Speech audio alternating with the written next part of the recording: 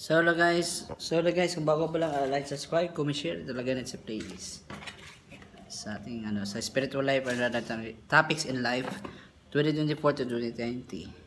So parang back in time tong sinasabi ko guys, parang pelikula. Imagine mo na lang ha.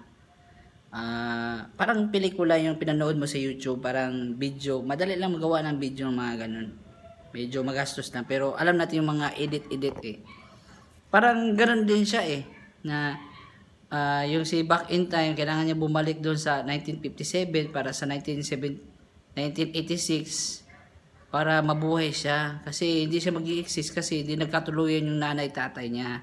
Kailangan niya bumalik sa time para makatuluyan yung nanay tatay niya para mabuhay siya sa 1986.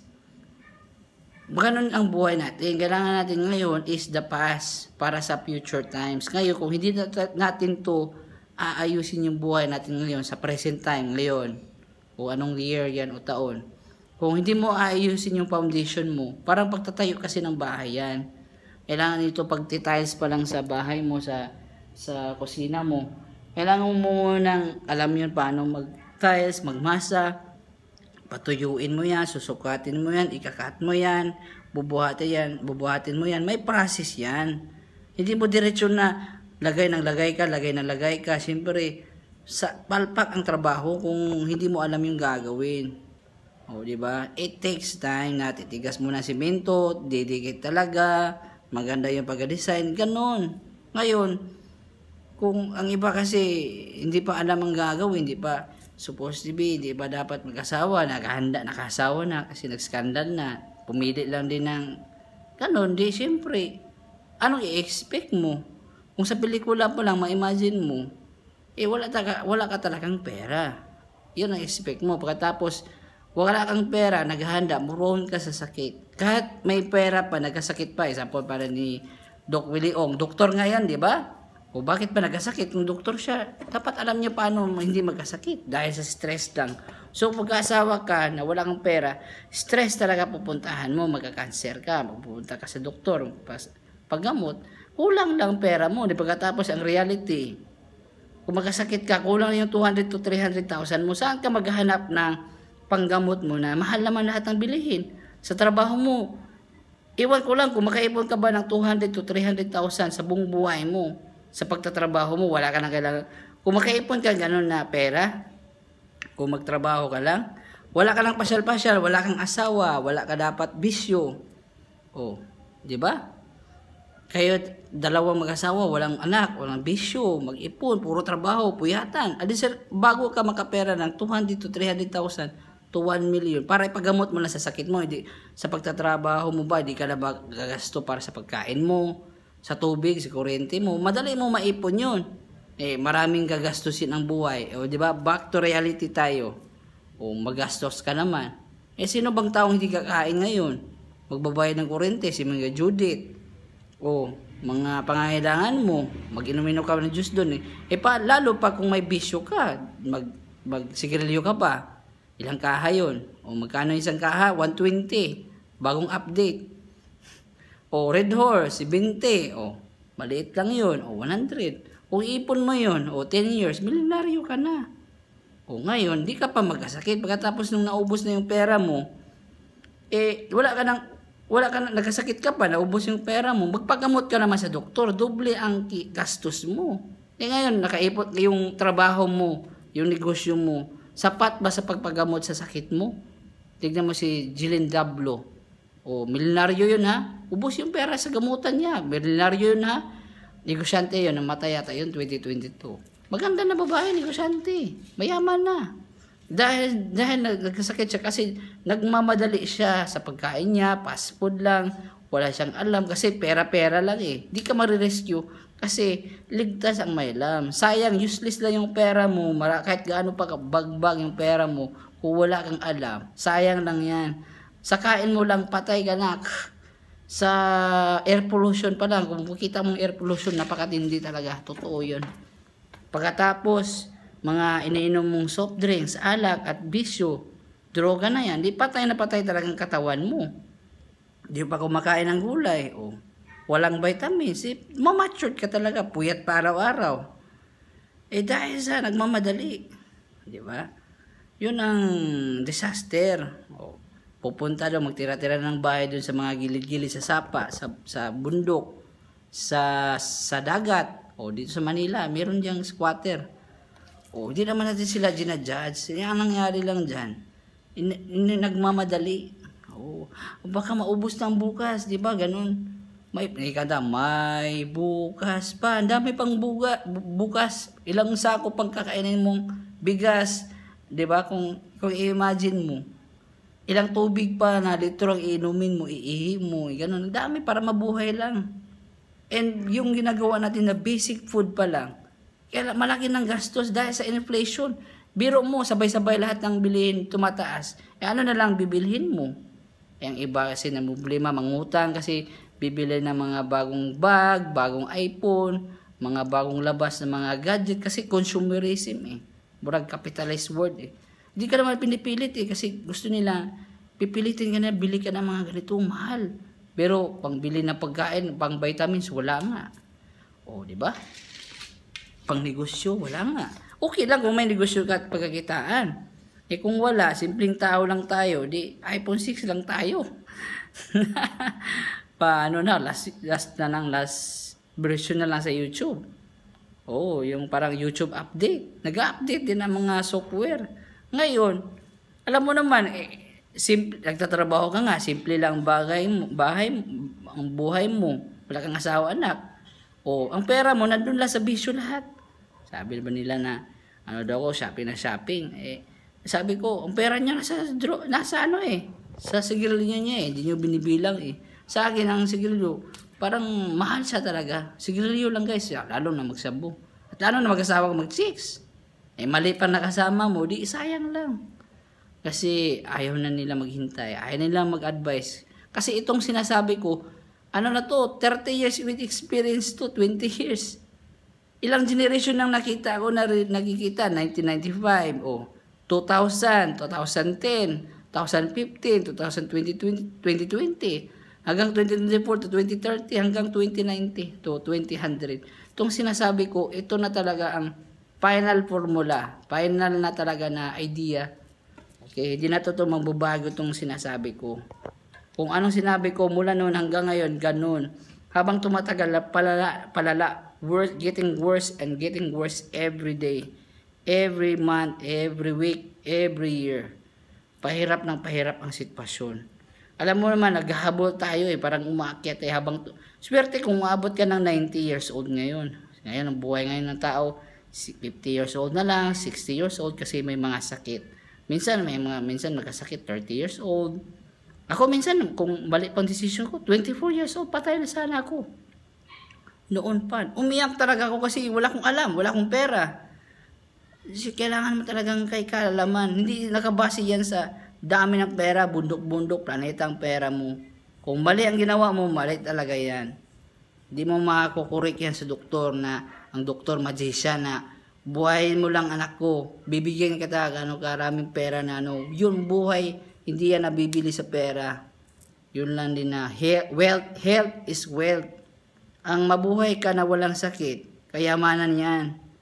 Kung mahal ang umain ng healthy foods, try mo magkasakit. Yung 10,000 mo, emergency. Ako nga, sa ingron ko nga, 30K, kulangin lang nga eh. Mahal lahat ng bilihin. Kung mahal ang bilihin, lalo na magkasakit, sobrang mahal. O, saan ka pupunta? Ano na ang gagawin mo? Pwede, wala. Yun lang din na, magsasabi lang tayo ng totoo.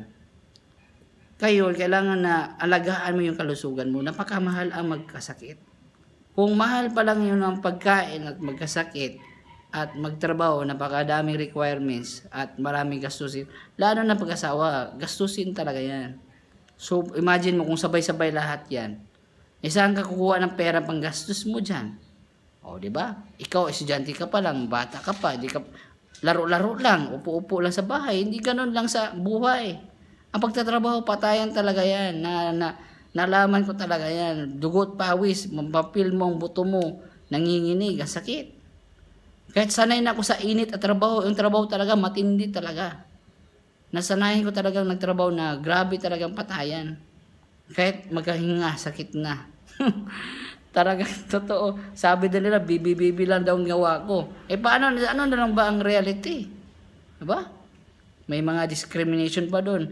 Dami pang toxic na kasama mo. Maganda sana magnegosyo. Wala kang kapital. Saan ka kukuha ng kapital? Sa trabaho. Ano ka rin, kung magluto ka rin, di rin ganun kadali ang maghanap ng formula sa luto. May pamilya ka ba kasamahan, saan ka kakain, saan ka titira. Di ba? Face reality din ngayon. Nalungkot na kasi ako, ganun. Kung hindi ka marunong mag-communicate, di ka marunong maawa, di ka marunong makikisama, ako nakikisama ako sa kapamilya ko, kapatid ko. Kung ano na lang mangyayari sa buhay ko ngayon, wala akong gamit, wala akong kaalaman, tatandang mukha. Minsan magkasakit sa sakit. Mamatay sa sakit. Di ba? Ano ba? Be realistic lang ako, sinasabi ko dito. Realistic lang. Katotohanan, di ba? Hindi tayo magbibiro, magjo-joke, mag-ad-ad, magawa-gawa na story. It's real. Yun ang nangyayari lahat sa atin ngayon. Naghahabol tayo paano kumain, saan ka kuha ng babayarin. Pinaghirapan yan. Sakripisyo yan ngayon. Sasayangin mo lang ba sa pag-asawa ng maga? Sayang lang resulta. Sasayangin mo ba sa bisyong pera mo, ang buhay mo? Para sa mga walang kabuluhan. Usok-usok lang naman yan Kasi yung na-addict na yan sa mga bisyo na yan, nangingitim na yung bibig. Doon kasi yung nicotine na hahanapin sa katawan mo. Siyempre, ang yumayaman dyan, mga alak, sigarilyo, yung pera mo. Mag-asawa ka pa, doble ang kita mo, plus may bisyo ka pa at may alak ka pa, di ba? Nag-aaral ka pa, magkasakit ka pa, may anak ka pa. Paano mo sasabayan yan? Yun ang mangyayari sa'yo, paawa-awa ka na lang. Paluy-luoy ka na lang doon sa TV. Na sino makatulong sa TV. Hindi naman ganun ka. Yaman ng mga tao magbibigay ng pera sa'yo. Hindi lahat magbibigay ng pera kasi sila din, naghihirap din sila na paano makakain araw-araw. Tayo may responsibility tayo sa ating sarili. Diba? Sa ating spiritual life and other topics in life. May responsibility tayo sa bawat isa natin. Kailangan mong alagaan mo, isipti mo na yung sarili mo. Kung paano ka makarescue sa ibang tao kung hindi natin na-rescue yung mismo yung sarili natin. Di mo natigil ang bisyo. Nag-chase ng maaga, nag-anak doon. Namili ng maling tao. Hindi nag-ipon, walang negosyo. Hindi nagtrabaho. Paano mo isustain yung pag-asawa mo? Anong nangyari? Nagtikim ka lang ng babae. Nagkatapos, alis siya. Kasi may ugali pa tayo. Masama pang ugali, masama pang ginawa. Walang ibibigay sa anak-asawa mo kasi nandun sa bisyo mo. Di ba? Barong-barong lang ang bahay nyo. Hindi ko sinabing masama ang may barong-barong bahay. Dapat i-provide mo yung maayos na bahay sa anak mo. Di ba? Hindi mo itipirin kasi nakahanda ka. Yun ang iba dahil nag-abroad sila. Nag-abroad sila. Yumaman. Kailangan mo sana mag-abroad. Akala mo pag-abroad, gano'n din kadali. Napahirapan ka rin. A requirements, dapat may 300K ka. May showcase money ka, mga 500,000 to 1 million. Pag-abroad pala. Akala mo pag-abroad, upo-upo ka lang doon, may smile ka lang. Hindi. Magtrabaho ka doon, magpatayan. Pero malaki ang sahod. Nga dito sa Pilipinas, ang baba ang sahod. Patayan ang trabaho, bisyo ka pa, anak ka pa, paano mo sustain ang buhay mo? Iiwanan ka rin, maghiwalay din kayo. Hindi tayo haters or galit sa mag-asawa dahil mag-jowa. Hindi talaga tama ang ginawa nyo. Kung mali ang tinanim, mali talagang aanihin mo. Sige, mag-vlog na tayo. 2 minutes na lang. So, magsabi lang tayo ng totoo sa ating 2 minutes na lang, guys. Magsabi at 7:30 na. 1 oras ko na yung pag-vlog. Pagmamahal ko yan, guys. Ginawa ko yan kahit wala akong sweldo. Ginawa ko yung time, talent ko para share ko dito. Ang purpose ko dito, hindi kayo papagalitin, ipapa-stress. Hindi ganun ang purpose ko. Ang purpose ko is gagandang buhay nyo, hindi kayo maghihirap, maabot yung pangarap mo. Huwag ka lang kayo gagawa ng masama at kalukuhan. Kalukuhan kasi nagbibisyo ka. Kalukuhan yung nag-asawa ng maaga. Hindi ka naghanda, hindi ka nag-aaral, hindi ka magtatrabaho. Anong expectation mo sa buhay mo? Di wala talaga. Magkasakit pa. Mali pang kinakain natin. Pagbili pa lang ng mga grocery food, napakamahal. Yan ang dahilan sa inflation. Ngayon, imagine mo na lang yan, kung yan ang magsabay-sabay lahat, ano na mangyayari sa buhay mo? Magsakit. Yung pagkasakit ka, may paawa ka doon, mayroon bang taong maawa sa atin? Wala. Para tayong ang buhay talaga mismo parang Ukraine, Russia gera Wala kang ibang hingian na tulong kundi sarili mo. Ang kaalaman natin at yung kaalaman sa Bible na galing kang God Yahweh sa Bible. Kung wala tayong foundation sa Bible, madali ka ma-discourage, madali mapagod. Mabuhay talaga, mabuhay sa araw-araw. Gira na yan. Makakain ka pa lang. Ganun ang nangyayari sa inflation. So gagawin, ang one word lang ang ibig sabihin ng inflation. Live simple. Huwag magastos, magtrabaho, mag-ipon at magnegosyo. Huwag magbili-bili ng maraming gamit. At kung gamit pa lang yan, huwag ka mag-asawa ng maaga. Yun ang mensahe ng inflation. Taas ng bilihin. Huwag ka nang bili-bili ng motor. Bili ka ng motor, isa lang. Huwag dalawa, tatlo. Huwag mag-chicks doon, mag-alak doon, o mag-droga o mag-bisyo kung mahal ang bilihin. Yun ang message ng inflation. Ngayon, ginawa mo yung opposite, ang sahod mo, trabaho mo, ganun lang. Wala ka talaga, deficit ka talaga. Mag-utang-utang ka talaga. Paano kung nagkasakit ka? Paano nagkasakit ang anak mo, nagkadingge? 30 to 50K, kulang lang yung pera mo, paggamot doon. Anong gagawin mo? Mamatay ang bata, gastos lahat. Lahat ng gawain sa buhay, gastos talaga. Gastos magpagamot ng bata. Gastos din magpalibing kung mamatay yan. Okay lang dito sa aming lugar, sa Cavite, libre ang libing dito. Kung wala, ikaw gagastos. Gastos dahil pa rin. Okay na lang yung gumastos ka, nabuhay ka kasi kumita ka pa ng pera. What if kung namatay na, wala ka ng pera talagang pagkitaan.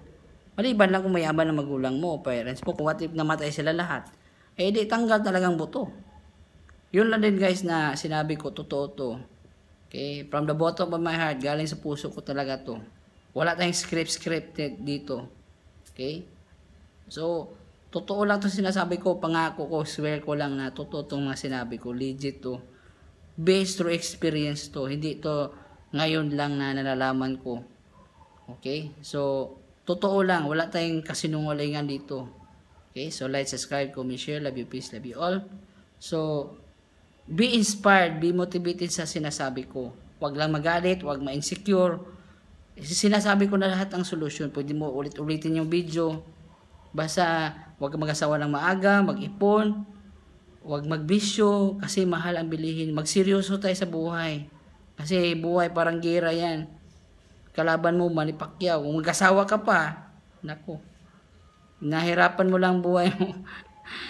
Hirap na nga makakain nga ikaw nga sa sarili mo Paano lang kung may nag-umasa sa'yo? Magbisyo-bisyo ka pa. May pang-bisyo pero walang ka-afford. Yan ang nangyari na may nagnanakaw, kriminal. Kasi magnakaw na doon kasi pangbili ng bisyo niya. Kasamaan yan.